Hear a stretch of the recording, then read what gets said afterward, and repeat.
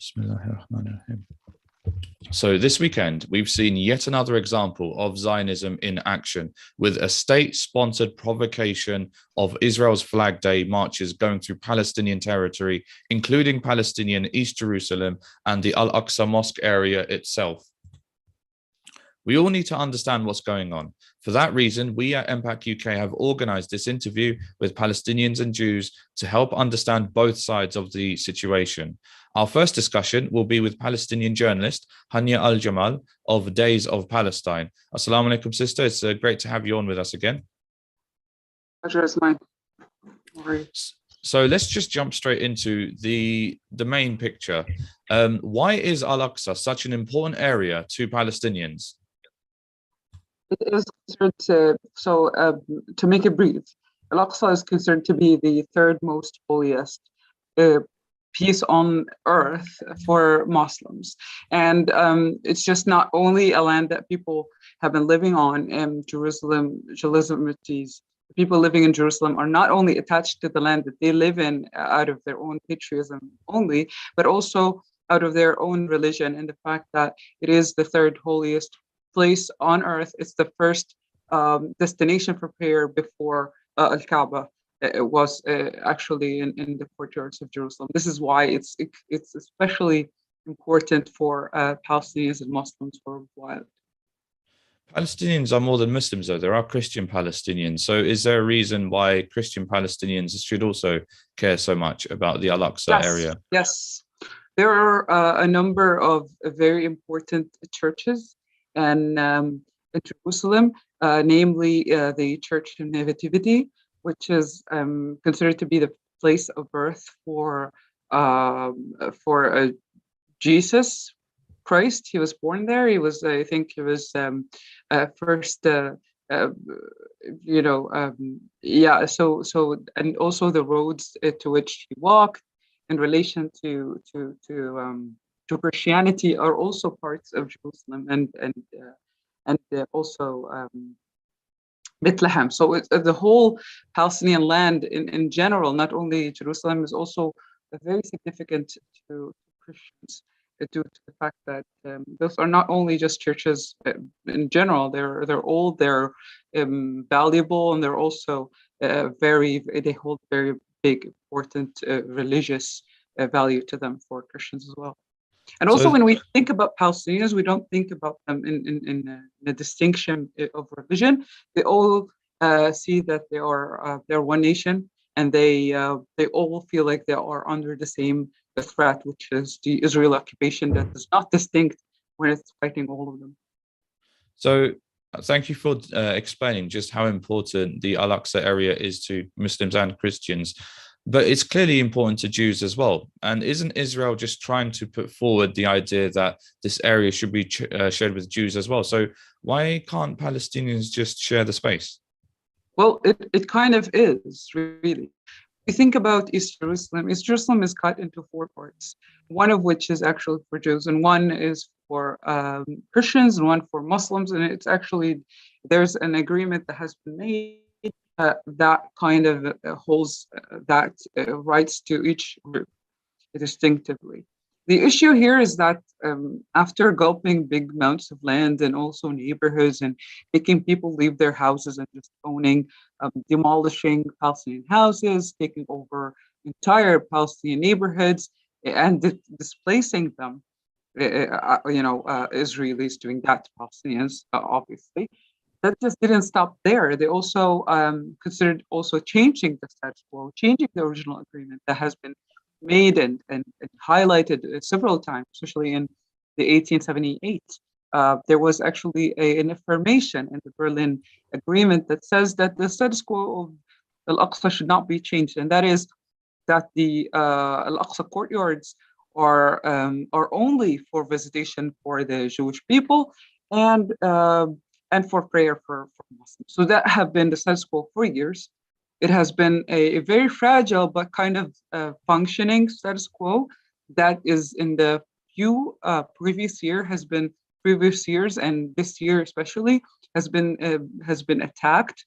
The status quo is there's a persistent trial for changing this status quo and trying to take over also and to make this not only a joint area, but also 100% dominated by the Jewish settler community, especially due to the fact that they don't enter it normally like Palestinians do.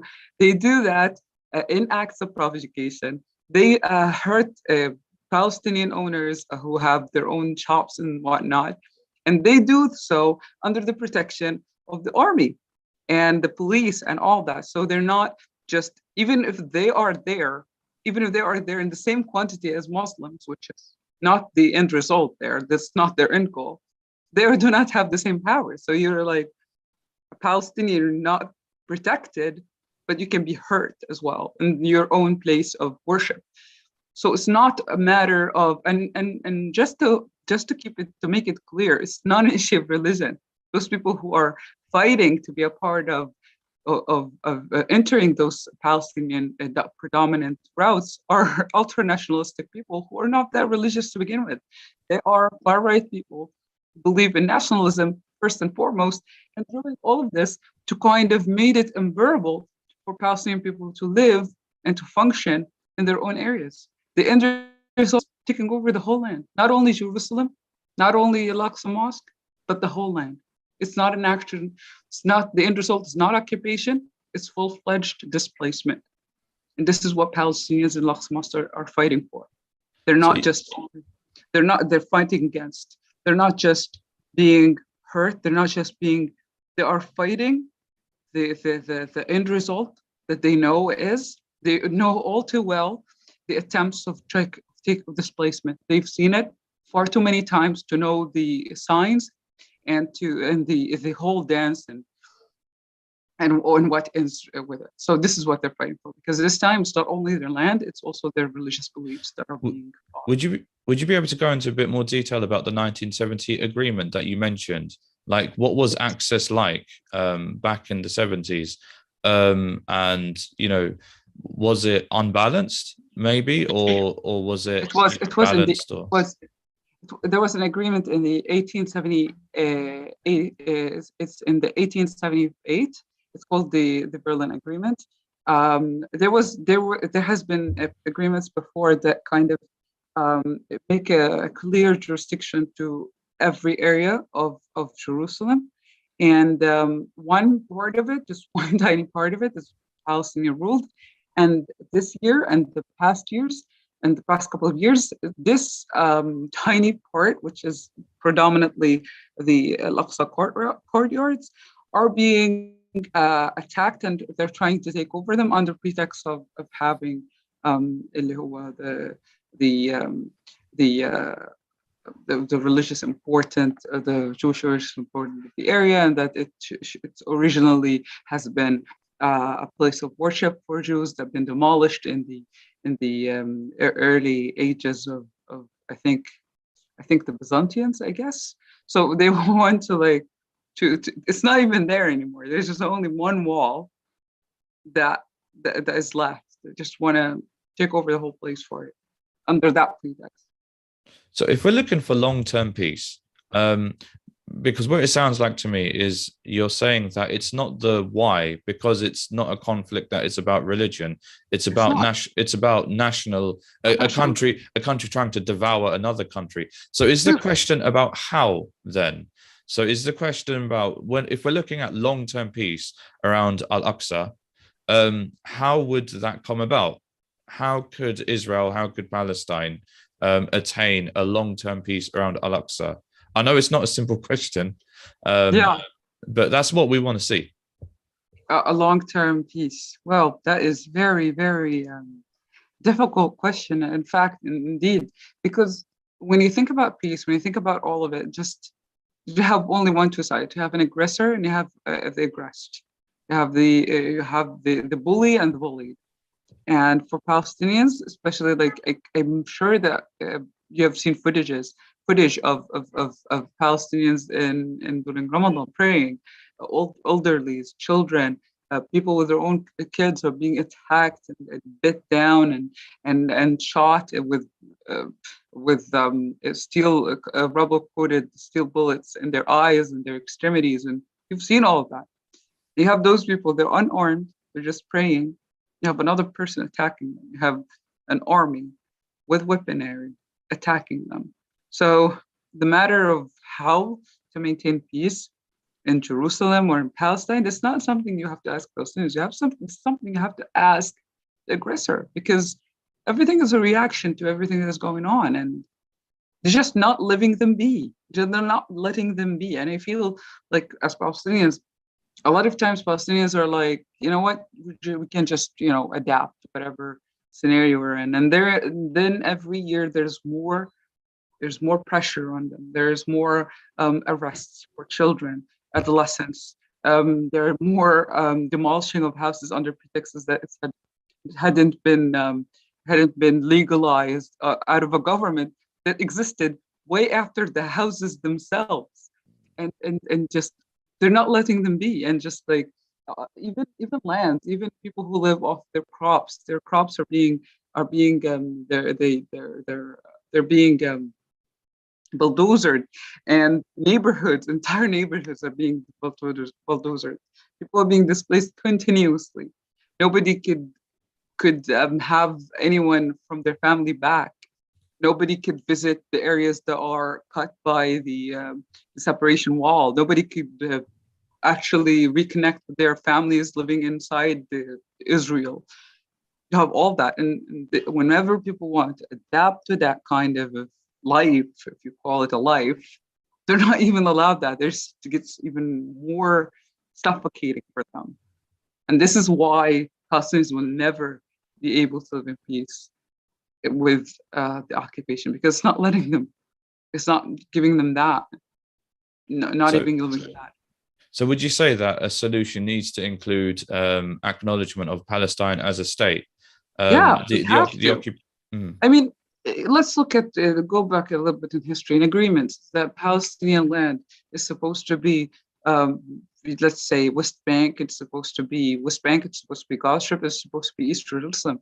And when you look at it, when you really look at it, you see that the most of the West Bank is actually settlements that take over more than half of the water supply, the more of the resources, that have full control over the resources.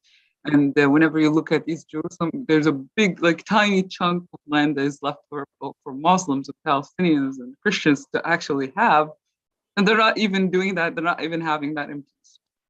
And you see that Gaza Strip is very polluted. It's overpopulated, and every couple of years they just come along, they raid us and shower us with chills and grenades and whatnot.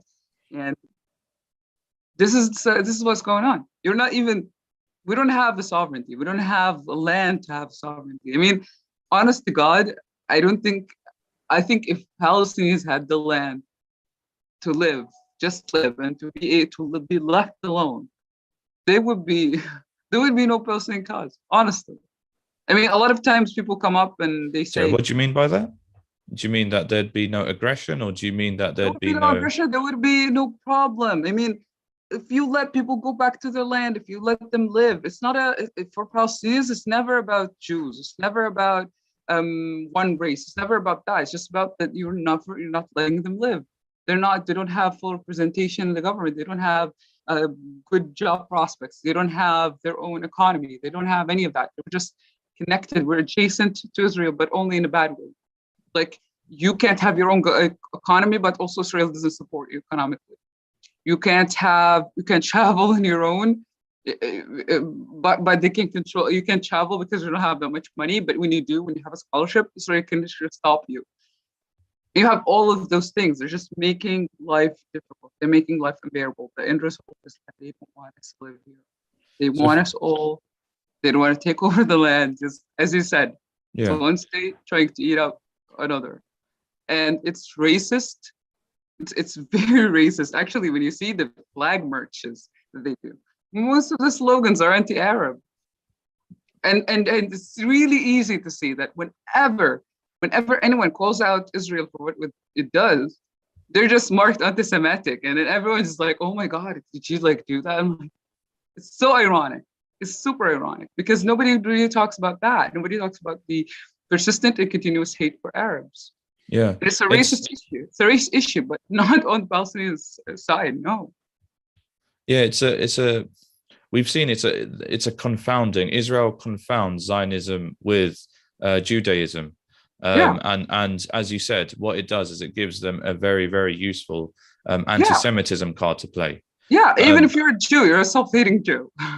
Yeah. Like there's no winning with them. Not really. Yeah. They just can manipulate facts and just do Yeah. whatever they can, and yeah, you have to So, comply or it's yeah. Yeah. So, Sister Hanya, are you able to hold on just for a bit because I want to move on to my second Sure, yeah. round of questions. Shukran. I really appreciate your time. No If you do need to drop off at any time, I understand. Being in Gaza, the situation is always unpredictable. Yeah. So if you ever need to drop off, I understand. I'm now going to be going to my second set of interviewees. If I can ask Rabbi Joseph Cohen to please turn on his camera, and then I'd like to pin you as well. Let's see. He might still have an issue with the microphone. Okay. Rabbi Joseph Cohen, please do join in whenever the technical issues fix themselves. I would like to introduce my second panel, made up of Rabbi David Feldman from upstate New York in the US, Rabbi Aaron Cohen from Manchester here in the UK, and hopefully we will be joined by Rabbi Joseph Cohen in New York City of USA of the Neturei Karta International Organization. Thank you for joining us. I'm really happy to be able to discuss this topic, hopefully in some detail with you gentlemen. So I've got some questions, and obviously they are open to everyone to answer. But I would like Rabbi Aaron Cohen, if I may have your thoughts first.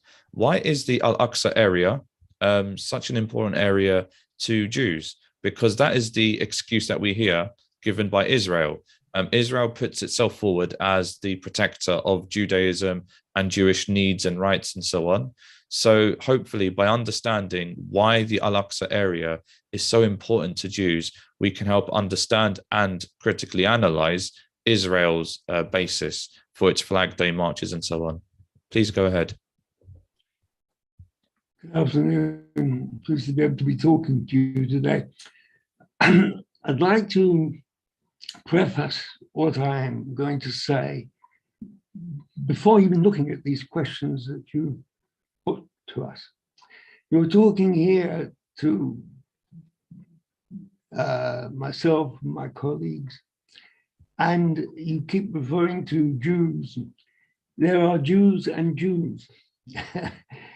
We of Neturei Karta, the word Neturei Karta is simply the name given to Jews who are anti-Zionist, who understand that Zionism and Judaism are two totally differing and conflicting concepts.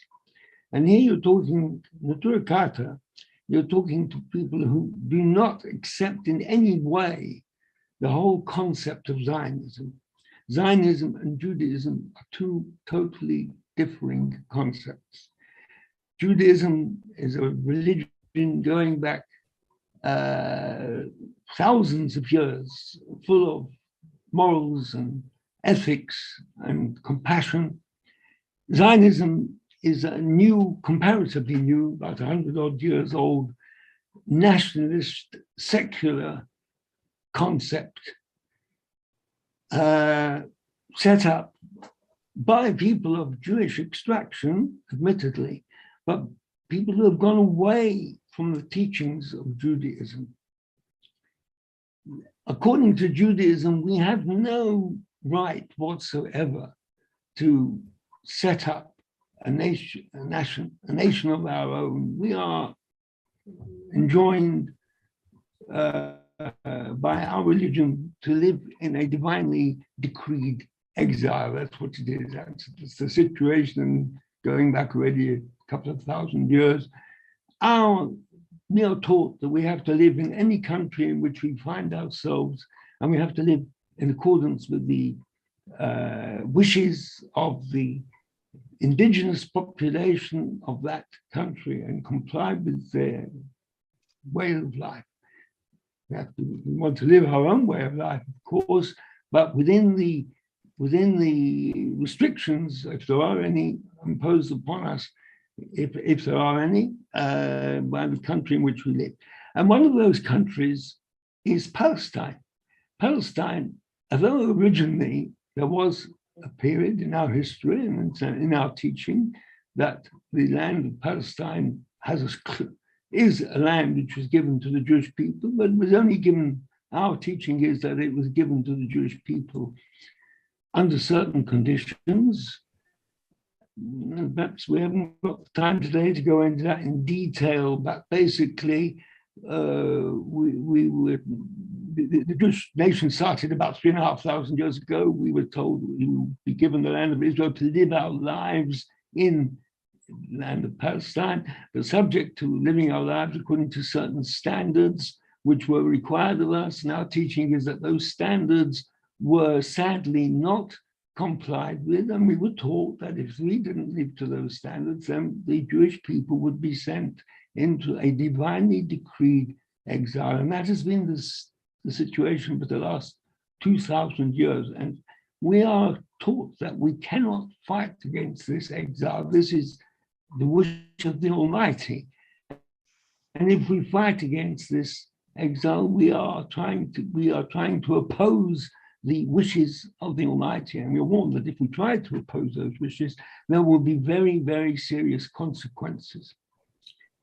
Zionism is set up, as I said earlier, a nationalistic organization, a nationalistic concept, which totally flies in the face of that teaching. Their idea was of going to set up a land. They chose Palestine. They didn't even insist originally on Palestine. There was a suggestion that it should be by the British government going back over 100 years ago, that it should be in Uganda. But they chose Palestine because of its cultural connection with the Jewish people going back thousands of years. But it was set up in such a way that they were going to form their own state, irrespective of the wishes of the existing population, over the heads of the wishes of the existing population, and completely ignoring the requirements of that population, which is the Palestinians, completely ignoring their requirements, their livelihoods, their homes, and their lives. And this has been the situation, the sad, festering sore that has been in existence for the last 100 years. But this is not Judaism, this is Zionism. You're here talking today to my colleagues and myself, those who hold of what we are taught to be authentic Judaism, going back generation after generation. And in no way do we in any way agree with the very existence of the Zionist state of Israel. It was obvious, apart from our teaching, it was obvious right from the start that it was a disaster.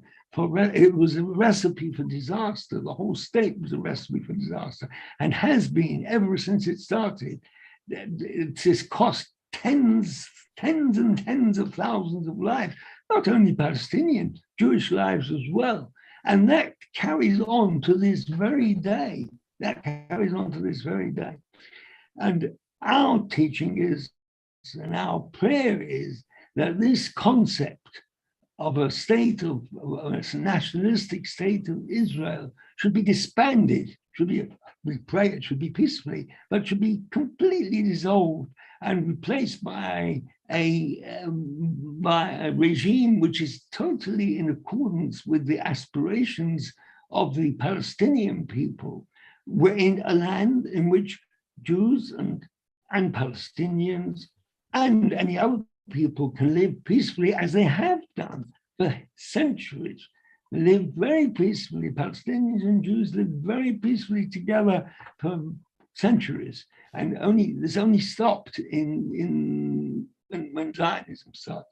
So, Rabbi Cohen, if I may ask, so as someone who's a complete layman to Judaism, is there a line or a paragraph from Jewish scripture which explains, which puts because the way you're explaining it is so simple. So is there a line or a paragraph in Jewish scripture which explains that, look, Judaism and the Jewish people are expected to live their lives within this context of as you say, the divinely decreed exile? Absolutely. Actually, you talk about Jewish scripture. Again, a basic piece of knowledge, perhaps, which you need to know, is our teaching is not just the scriptures. Our teachings is what we call the Torah. And the Torah consists of a combination of the written scriptures and also what we call the oral law, which we are taught was handed to us at Sinai together with the written scriptures. And without the oral law, you can't understand the written scriptures. They're totally incomprehensible, although written scriptures are available for everybody to see. But without the oral teachings, which have been handed down through thousands of years, they are incomprehensible. Anyway, within that body of teaching, which is our Torah, there are very basic sources which teach us that in our present situation, and that has been since the last 2,000 years, we are subject to an oath, or oaths, actually 3 oaths to the Almighty. But basically, these oaths are that we are subject to the oath that we will not in any way rebel against the wishes of the Almighty as far as this exile is concerned. And if we do, we are told that there will be very, very serious consequences. And that is part and parcel of our teaching. There are sources there. I can quote the sources if you want, but I mean, that wouldn't help you very much. But that is our teaching, which has been handed down through thousands of years. But the Zionist idea completely ignores that teaching. And they say, no, well, we want to set up a nationalistic state, secular state. And actually, they're not Jews. That might sound very good. To me, again, the identity of a Jew is really twofold. It means being part of the Jewish people and subject to the Jewish way of life. It's a two-pronged requirement. In order to be a Jew, an authentic Jew, you have to be a member of the Jewish nation, which can come about in various ways, either by birth or by adoption. And also, you have to live your lives according to the Jewish teaching, which is what we try to do. That is our aim. Anybody who tries to abandon the Jewish teaching has lost the right to be called a Jew. Now, most of the people who live in Palestine, in State of Israel, Zionist State of Israel to then Palestine, sadly, I mean, there is a very strong minority who do observe the Jewish religion, but the majority sadly have abandoned that teaching.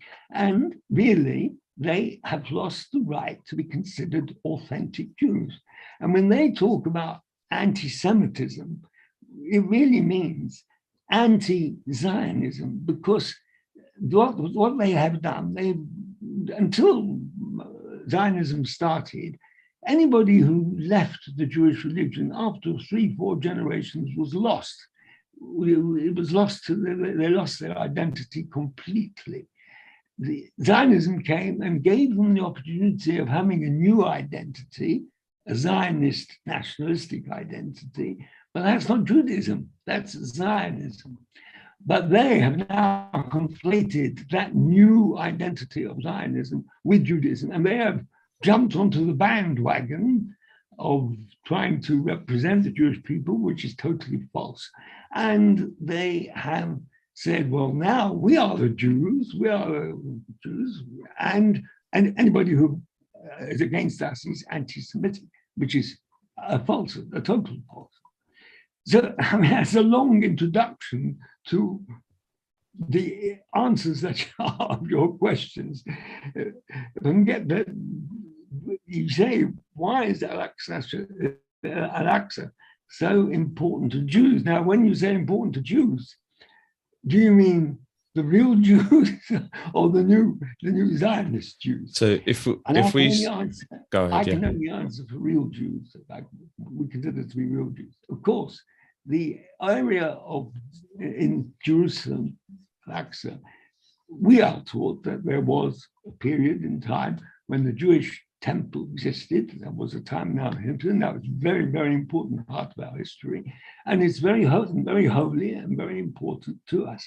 But it's only important to the extent that we revere that area and we pray in that area. But in no way do we have a right to impose ourselves as being the masters of that area, because we are according to our divinely decreed exile, we are subject to the wishes of the indigenous population, which is the Palestinians, and we cannot impose our authority on an area which they do not want us to have authority over. So when you say it's important to Jews, it's important as far as our religion is concerned, but not to the extent that we can in any way impose ourselves on that area and take it over.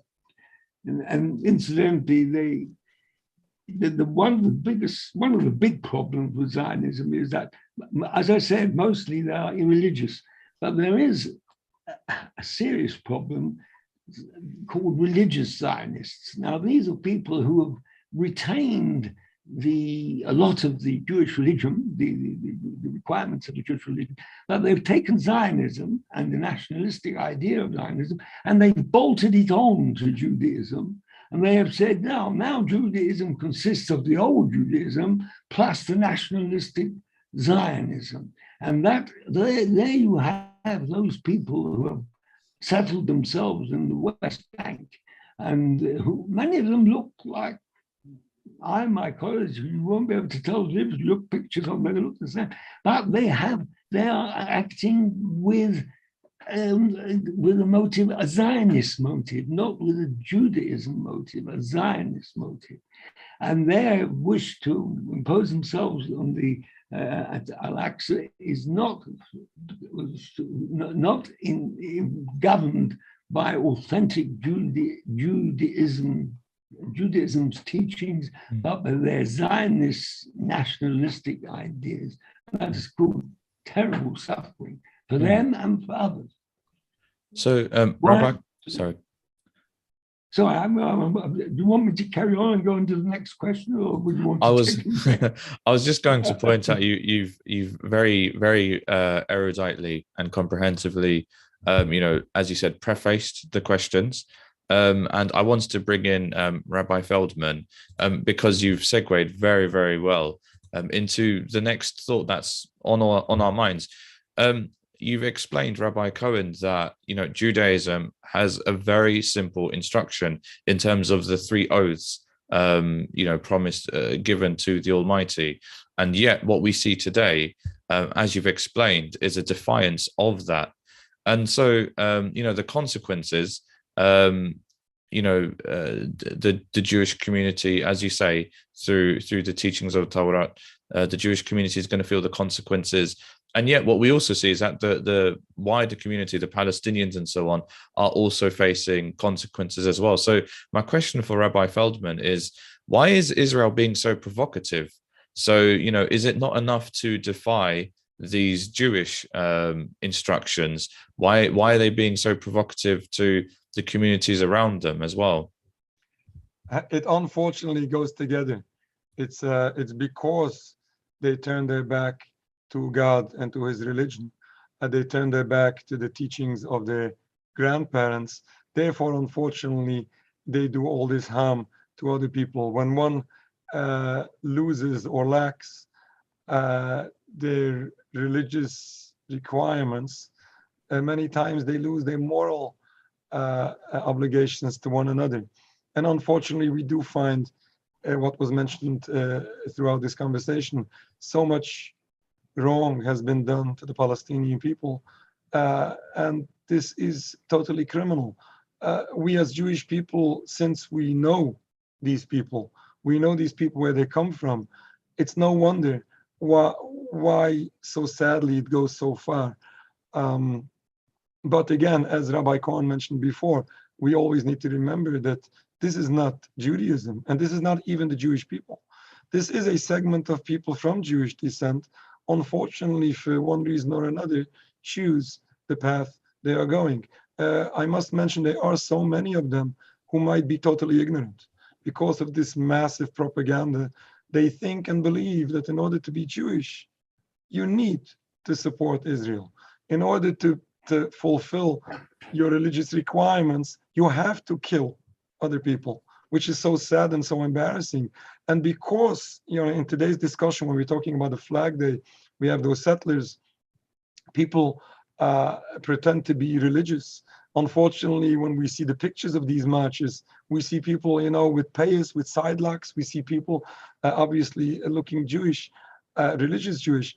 But we need to realize that, as Rabbi Cohen mentioned before, that these actions committed by these people in no way become religious because the people perpetrating them claim to be religious. These acts remain anti-Jewish. It remains criminal according to international law. It remains unjust and inhumane, regardless who the people who commit the crimes are. It's just for us as Jewish people, for us as religious Jewish people, it's so embarrassing and so painful because in addition to all what the Zionist movement as a whole considers and insists to be called the Jewish state and the Jewish people, and as Rabbi Cohen mentioned, the vast majority of them are not practicing the Jewish religion, are not following the traditional Judaism. But when it comes to this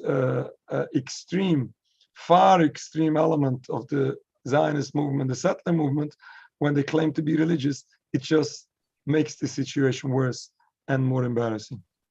So Israel does argue that they defend Judaism and they represent Judaism and so on. And you have clearly said that this is not the case. So what arguments do Israel put forward then? Obviously the narrative, the big picture that they try to paint is that Israel is a Jewish state for Jewish people. But what they must put forward some details as well, because, you can't have a country of people who are just all brainwashed and so on. There must be something coherent in their argument. What is it that what are the points that they put forward? Again, I apologize for being a layman in Judaism, but what arguments does Israel put forward that convinces so many of their citizens that, yes, the Flag Day March, the aggression towards Palestinians, in breaking into the Al-Aqsa mosque and so on, this is all completely fine under Judaism? What do they say that convinces so many people? The point that Rabbi Cohen made about the 3 oaths to the Almighty, that sounds like such a straightforward, basic point. An oath to the Almighty is the strongest assurance that one could give. But what is it that convinces Israelis?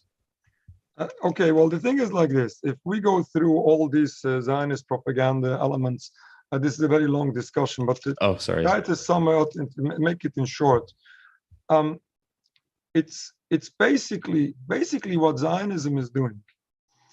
Not from the very beginning, but it took them a little bit time to realize exactly what their strategy is supposed to be and what exactly they're trying to achieve. Is they came, well, in almost at the beginning, they came to realize that the only way they are going to convince everyone is by creating a new type of Judaism, and by doing that also incorporating religion into it. Now, basically what they are doing is they are claiming that they are here for the Jewish people, for the Jewish, well, call it Judaism. Now, whether they would say, if they consider Judaism as the Jewish religion is a question, but at least Judaism. Now, what happens is that they are attempting to transform Judaism from what it was to what it was for thousands of years to a new concept. Now, when they come up with this new concept and they claim that this is Judaism, now masses of people from the Jewish community and from outside the Jewish community who might be not so knowledgeable to understand the exact details of what is happening, but at the end of the day, the Zionist movement have people believe that this new version of Judaism is Judaism. And if you, as I mentioned before, if you want to be loyal to that Judaism that you think is true Judaism, then you have to support the Zionist movement, you have to support the state of Israel. Now, and then in addition to this, they use some religious concepts to incorporate into this anti-religious movement or new Jewish movement. And people are getting totally confused. And one important example is when we talk about this Flag Day, when we talk about Al-Aqsa and the Western Wall. The Western Wall is a concept in Judaism. It was always considered a holy place.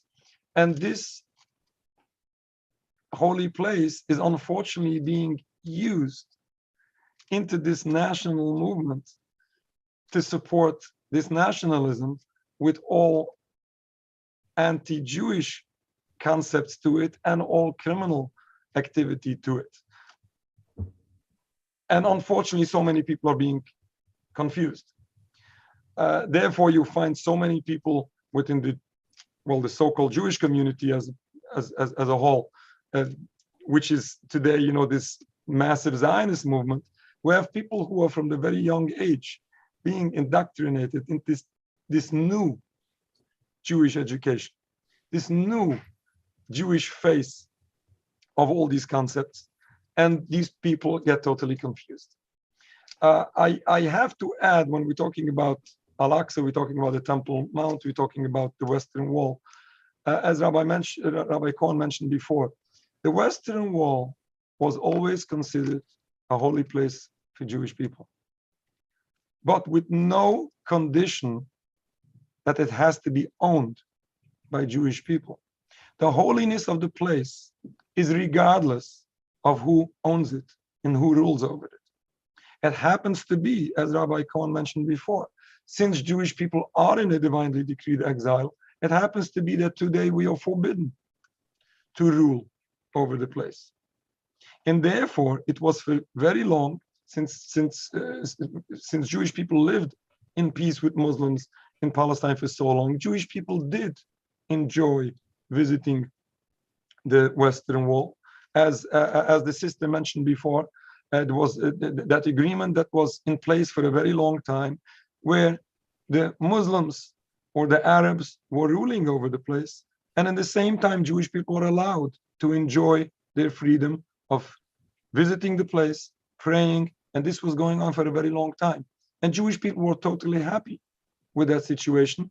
It was a privilege to the Jewish people that they had the opportunity of visiting, praying, and so on. It was only when the Zionist movement first came in, and by the way, this was before 1948, when the Zionist movement came in and started all these provocations, at that point, all these problems began at the Western Wall, at the Al-Aqsa, and in the rest of Palestine.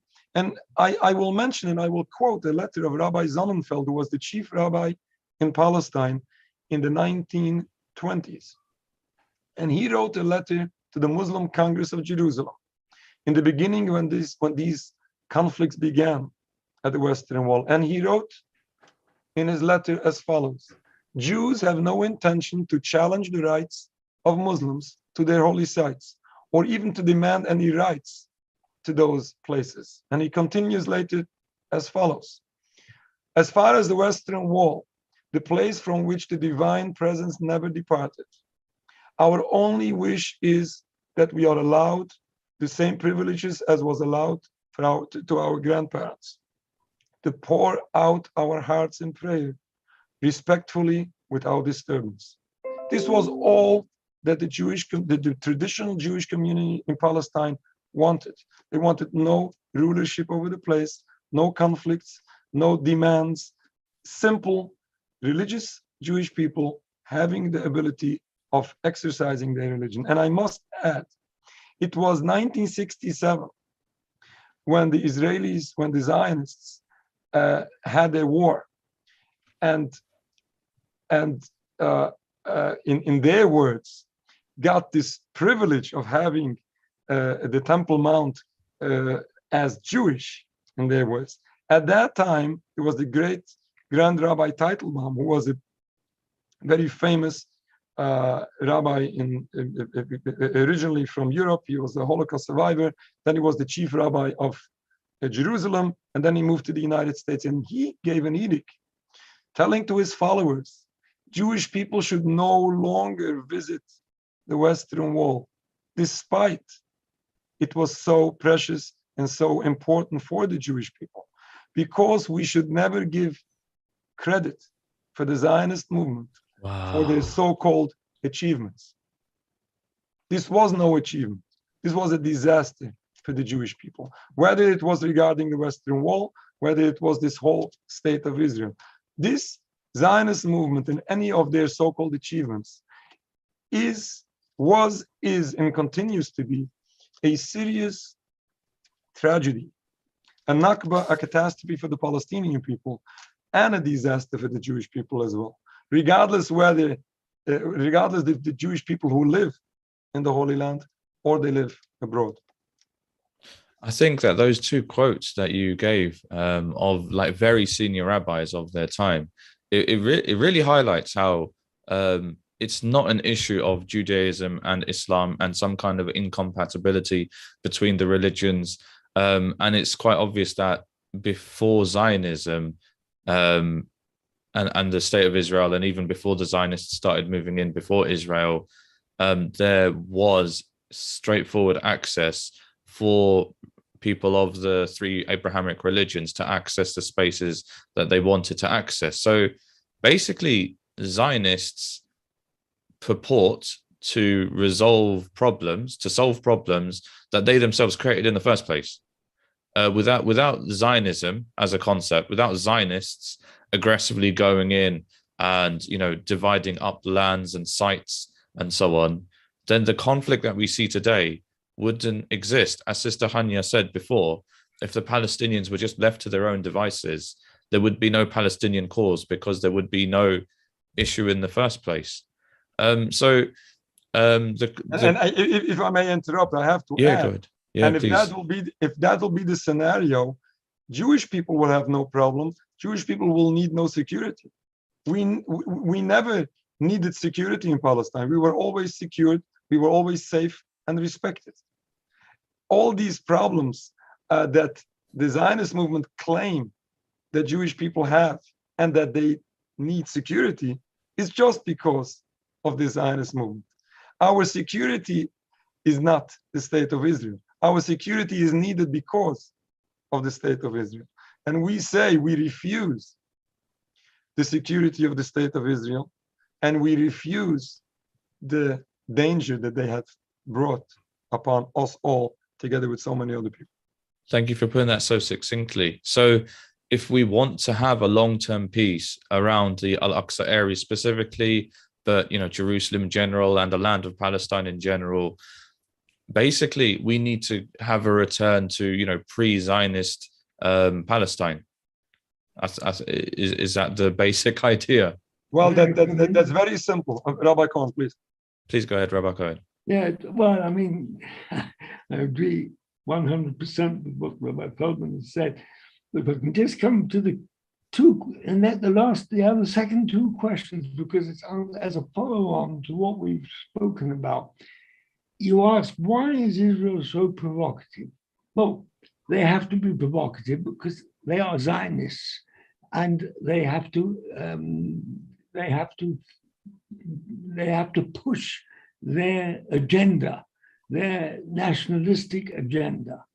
And you asked, why is it that so many people are are taken in by their ideas. And how does that tally with the ancient teachings of Judaism? Well, there were ancient teachings of Judaism that we had a connection with Palestine, but as I explained, only subject to certain conditions which are not fulfilled.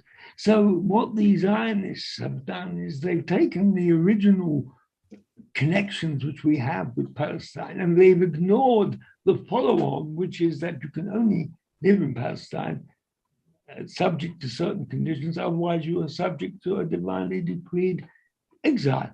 So they have to be provocative because in order to push their agenda. But you ask, is long-term peace around Al-Aqsa possible?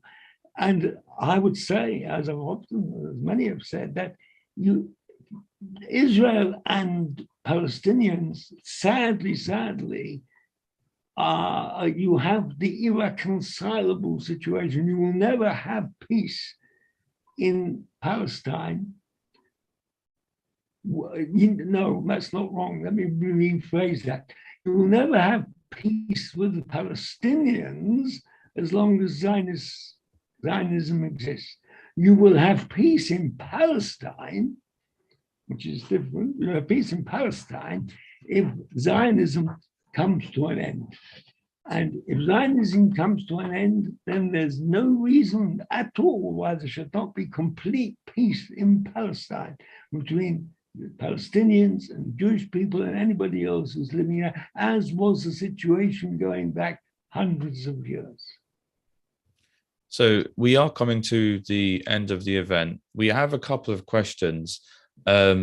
As I should explain, most of our audience are Muslims in the UK. So we've got a lot of people who are like laymen with Judaism. We've got a really good couple of questions here about understanding the difference between Judaism and Zionism, and about, Jewish scripture related to those points as well. I think this would be an ideal point to talk a bit, just to quickly explain about Neturei Karta and your organization, and how, as an organization, you help people to understand the difference between Judaism and Zionism. So Rabbi Feldman or Rabbi Aaron Cohen, whoever would be happy to quickly pitch Neturei Karta International.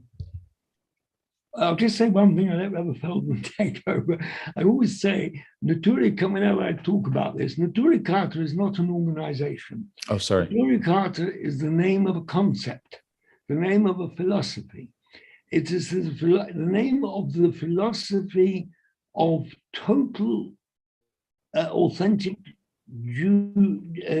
Jewish opposition to the idea of Zionism.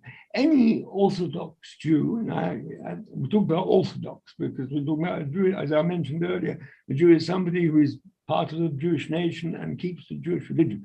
Any Orthodox Jew who at the same time understands the total incompatibility of Zionism with Judaism is automatically Neturei Karta. That is Neturei Karta. That is what it's all about. And well, I think Rabbi Feldman take over from there. Well, as far as your question, what we are doing as a group, as an organization, well, basically our goal is to explore, to explain what traditional true Judaism is in face of all that has been done to our religion by this relatively new Zionist movement. As Rabbi Cohen mentioned before, we're talking about a thousands of year old religion. We're talking about a religion that our grandparents, and by saying our, I mean to say the grandparents of all people who consider themselves Jewish, regardless they follow Judaism or they don't, but the great grandparents of myself, of my community, or of the Zionist movement. Those great grandparents gave their lives for the religion. And it's our duty, and what we are trying to do is to present the true face of this religion, despite all violations that have been done by the Zionist movement to this religion. By doing so, we are doing steps to sanctify God's name, to restore the true image of this religion, to restore the true image of the Jewish people as a whole, and on top of all of this, to restore peace. Because this conflict that we are experiencing today, as was mentioned so many times before and by Sister Hani in the beginning, the conflict that we are facing today is because of all these confusions. Once people are confused and they think that the state of Israel represents all Jews, or that the Zionist movement represents the Jewish religion, at that point, all the conflict begins. Once we realize and understand that the Zionist movement has nothing to do with Judaism, and it is actually in its total opposition. Once we understand that masses of Jewish people worldwide don't support the Zionist movement or any actions committed by the state of Israel, we realize that it's only a segment of people that choose the path of Zionism. And you know, the frustration that so many people have because of all criminal acts being done by the state of Israel should not be directed to everyone. And we find always that by clarifying the issues, we have so many Jewish people realizing, learning, understanding what, as Jewish people, how we are supposed to view all of this and how we are supposed to act and think and believe. At the same time, we have so many other peoples from non-Jewish communities that start to realize what is happening. And I have to add this, what was maybe mentioned before, that when it comes to this massive propaganda machine, that if you say a word against Israel, you're anti-Semitic, by putting all these things in the right perspective, we start to learn that criticizing crimes committed by people who happen to be from Jewish descent doesn't make this criticism anti-Semitic, because these criticism to these crimes basically have nothing to do to the people perpetrating that crime. It's basically criticism to the crime. As one said, regardless whether these crimes would be done by people from Jewish descent or from Muslim descent or from believing Christians, if the crimes are criminal, then a righteous person has to stand up and either criticize it or try to stop it. And just to bring the event to a close, I've just got a question for Sister Hanya. So what can international supporters of peace in Palestine do? So this event has helped us understand that the idea of the Al-Aqsa area specifically being targeted by Israel, by supporters of Israel and so on, it is not rooted in Judaism. Therefore, it's not a religious conflict. It is a conflict of an aggressor occupying and devouring its neighbor. So that brings it, what that means is that this is a conversation, this is a cause that anyone can join. It's not about being Muslim or Jewish or Christian or so on. It is simply an issue of justice. So that means that it opens up to everyone in the world who has any kind of empathy with humanity to be a part of this cause for peace in Palestine. So what are your thoughts? What can international supporters of peace in Palestine do? Oh, sorry, you're muted. Sorry. Yeah, I'm sorry. Okay. So I think first and foremost, and I can't highlight this enough, is to spread the word. As you said, there is a propaganda machine that is spewing lies and trying, and it's arming news outlets to promote those false narratives. The thing is, the first thing that people could do is to spread the word. It's not a complex issue. It needs to be heard, and I think, as you said, it's just not a matter of religion, it's a matter of common sense and the human decency. And if people understand, I think if people understand exactly what's going on, they will definitely, without a hesitation, they will take part, an active part into support the Palestinian people living in Jerusalem and also in all over Palestine. That will be the first thing, spread the word. Second thing will be boycott. boycotting Israeli goods, boycotting companies that directly support the occupation, because all of this money that they're making is actually being utilized into making Palestinians' lives more unbearable. The same weapons that are being sold by governments like America or let's say other great countries are being used on Palestinian people's unarmed children who are being killed and massacred.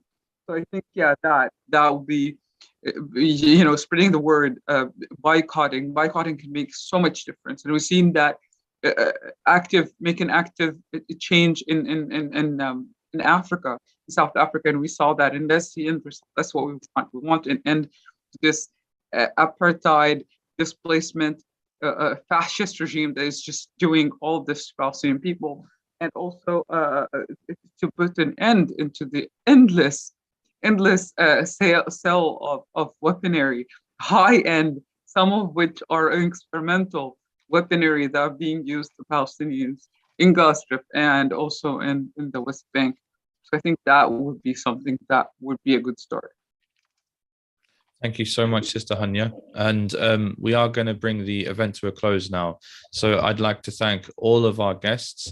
I would really especially like to thank Rabbi Joseph Cohen for sticking through, making it all the way to the end. Unfortunately, I wasn't able to put a question to him, but thank you as well to Rabbi Feldman, Rabbi Aaron Cohen, and Sister Hanya Al-Jamal. And of course, to the audience, for those of you who joined us, if you want to see more information, informative events about what is going on in Palestine and why, subscribe to our social media accounts, follow us on social media. And if you want to be a part of